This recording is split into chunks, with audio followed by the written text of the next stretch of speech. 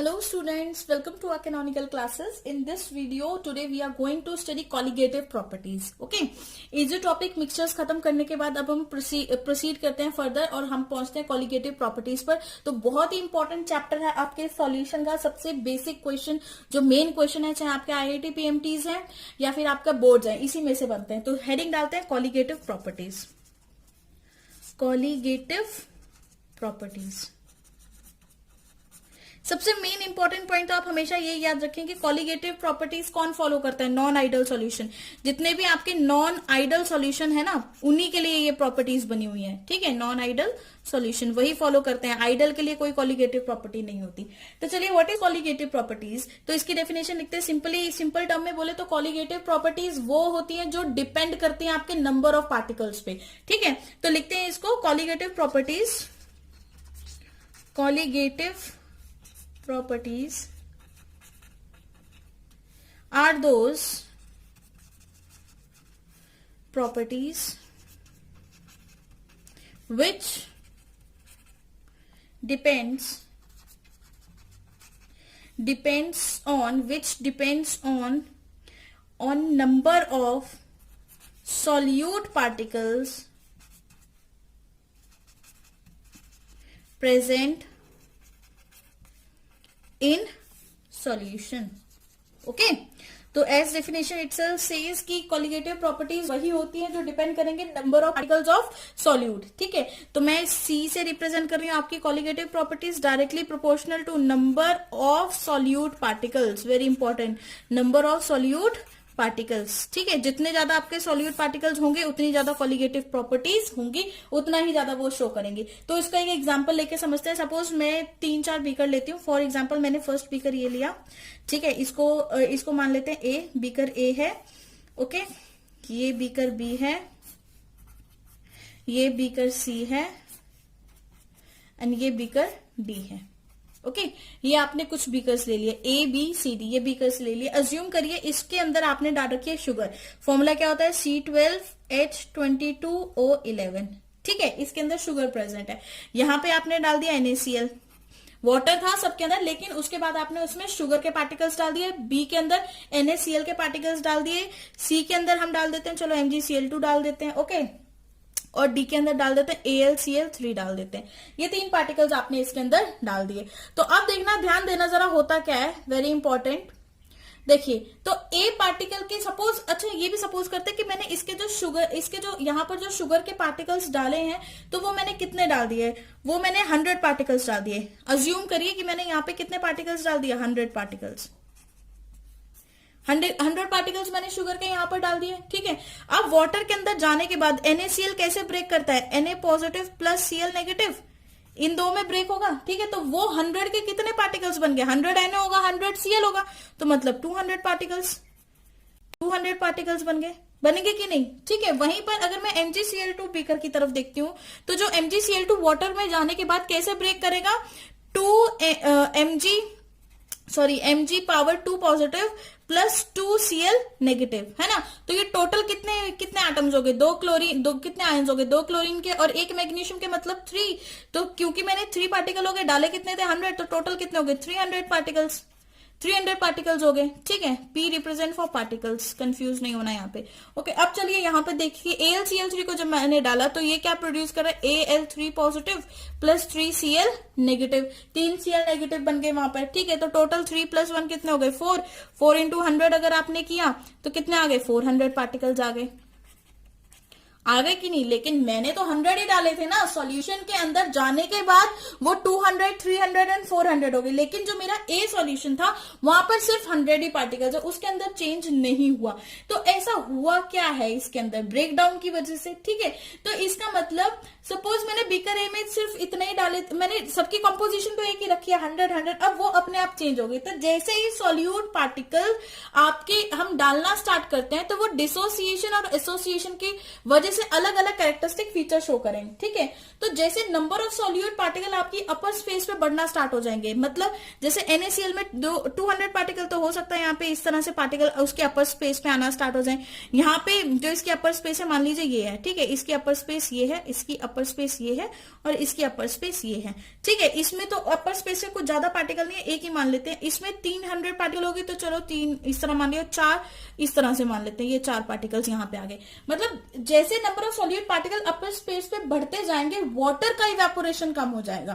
Clear है? तो सबसे लीस्ट इवेपोरेशन कहां पे होगा? लीस्ट इवेपोरेशन होगा यहाँ पे, लीस्ट इवेपोरेशन, क्योंकि हमें ये पता है कि इवेपोरेशन एक आपका सरफेस फिनोमिना है, तो जितने मॉलिक्यूल सरफेस पे होंगे वही तो इवेपोरेट होंगे।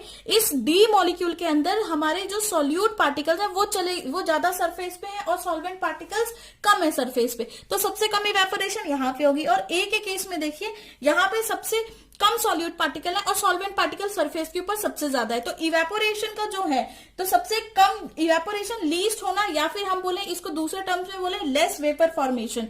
ठीक है, इसको मैं ब्रैकेट में लिख सकती हूँ less vapour formation, less vapour formation. हम यहाँ पे लेस वेपर फॉर्मेशन भी ब्रैकेट में डाल सकते हैं, क्योंकि लीस्ट इवेपोरेशन और लेस वेपर फॉर्मेशन यही होगी। तो सबसे ज्यादा वेपर्स किसके बनेंगे? सबसे ज्यादा ए के बनेंगे और सबसे कम किसके बनेंगे? डी के बनेंगे। तो डी के सबसे कम वेपर्स बने, उसके बाद सी के बने, देन आपके बाद बी के बने और सबसे कम किसके बने? ए के बने। ये आपका ऑर्डर आएगा वेपर प्रेशर के बेसिस पे। ठीक है, वेपर फॉर्मेशन सबसे ज्यादा वेपर्स ए में बन रहे हैं और सबसे कम वेपर डी में बन रहे हैं। क्यों? सबसे ज्यादा वेपर ए में क्यों बने और सबसे कम वेपर डी में क्यों बने? क्योंकि नंबर ऑफ पार्टिकल्स ए में कम थे और number of particles of solute A में ज्यादा थे। ठीक है, तो इसी की वजह से अलग अलग टाइप की प्रॉपर्टीज शो करते हैं ये मॉलिक्यूल्स, ये colligative properties. Number of solute particles पर ही आपकी कॉलिगेटिव प्रॉपर्टीज डिपेंड करती है। तो सबसे पहले जो हमारी कॉलिगेटिव प्रॉपर्टी है that is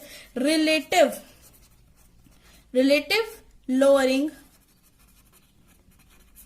in vapour pressure. सबसे फर्स्ट कॉलिगेटिव प्रॉपर्टी जो हमारी है that is relative lowering in vapour pressure. तो इसमें ऑब्वियस ही बात है कि vapour pressure less formation D में हो रही, तो इसके अंदर रिलेटिव लोअरिंग ज्यादा होगी, डी के अंदर वेपर प्रेशर में लोअरिंग ज्यादा होगी as comparison to these three. इसीलिए इसको बोला जाता है relative lowering in vapour pressure. और वेपर प्रेशर में लोअरिंग जो है वो आपकी क्यों हो गई? क्योंकि इसके अंदर सॉल्यूट पार्टिकल्स मैक्सिमम आ गए, है ना।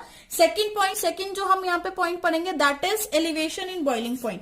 सेकंड जो कॉलिगेटिव प्रॉपर्टी है आपकी वो है elevation in boiling point. Elevation in boiling point. ठीक है, सेकंड प्रॉपर्टी आपकी यही है कि बॉइलिंग पॉइंट के अंदर एलिवेशन हो गया। तो एलिवेशन जिसका वेपर कम बनेगा, vapour is inversely proportional to your boiling point. तो ये बात तो आपको वैसे ही क्लियर होगी कि वेपर प्रेशर के अंदर अगर वेपर प्रेशर ज्यादा है तो उसका बॉइलिंग पॉइंट कम होगा, और अगर यहाँ पे वेपर प्रेशर में लोअरिंग आई है तो इसका मतलब बॉइलिंग पॉइंट में क्या होगा? उसका एलिवेशन हो जाएगा, इंक्रीज हो जाएगा boiling point. Third colligative property जो हमने यहाँ पे पढ़ी है that is depression in freezing point. Depression in freezing point. ठीक है, फ्रीजिंग पॉइंट में depression. For example suppose water का एक ग्लास लिया, वाटर का जो बॉइलिंग पॉइंट है वो आपका 100 है। ठीक है, अब आपने उसके अंदर शुगर डाल दिया, तो क्या वो शुगर सॉल्यूशन जो है वाटर का वो 100 डिग्री पे बॉईल करेगा? बिल्कुल भी नहीं। बॉइलिंग फ्रीज वो 0 डिग्री पे फ्रीज हो जाएगा। ठीक है, तो बिल्कुल भी फ्रीज नहीं होगा 0 पे। वाटर का बॉइलिंग पॉइंट 100 है बट उसका फ्रीजिंग पॉइंट है 0। अगर हम बॉइलिंग पॉइंट की बात करें तो ना वो 100 पे बॉईल होगा शुगर ऐड करने के बाद, ना ही वो फ्रीज होगा 0 पे। तो मतलब 0 से कुछ टेम्परेचर उसका और कम हो जाएगा, फॉर एग्जाम्पल -1 या -2, है ना। और बॉइलिंग पॉइंट 100 से कुछ ज्यादा हो जाएगा, जैसे 101, 102। क्लियर है? तो उसको जब बॉइलिंग पॉइंट बढ़ जाता है उसको बोलते हैं एलिवेशन इन बॉइलिंग पॉइंट। जब फ्रीजिंग पॉइंट में डिप्रेशन आ जाता है और डिक्रीज हो गया उसको बोलते हैं depression in freezing point. And fourth is your osmotic pressure. Osmotic pressure. ठीक है, तो ऐसे सॉल्यूशन जिनके अंदर मतलब नंबर ऑफ सॉल्यूट पार्टिकल्स बढ़ जाते हैं उनका ऑस्मोटिक प्रेशर भी इंक्रीज हो जाता है।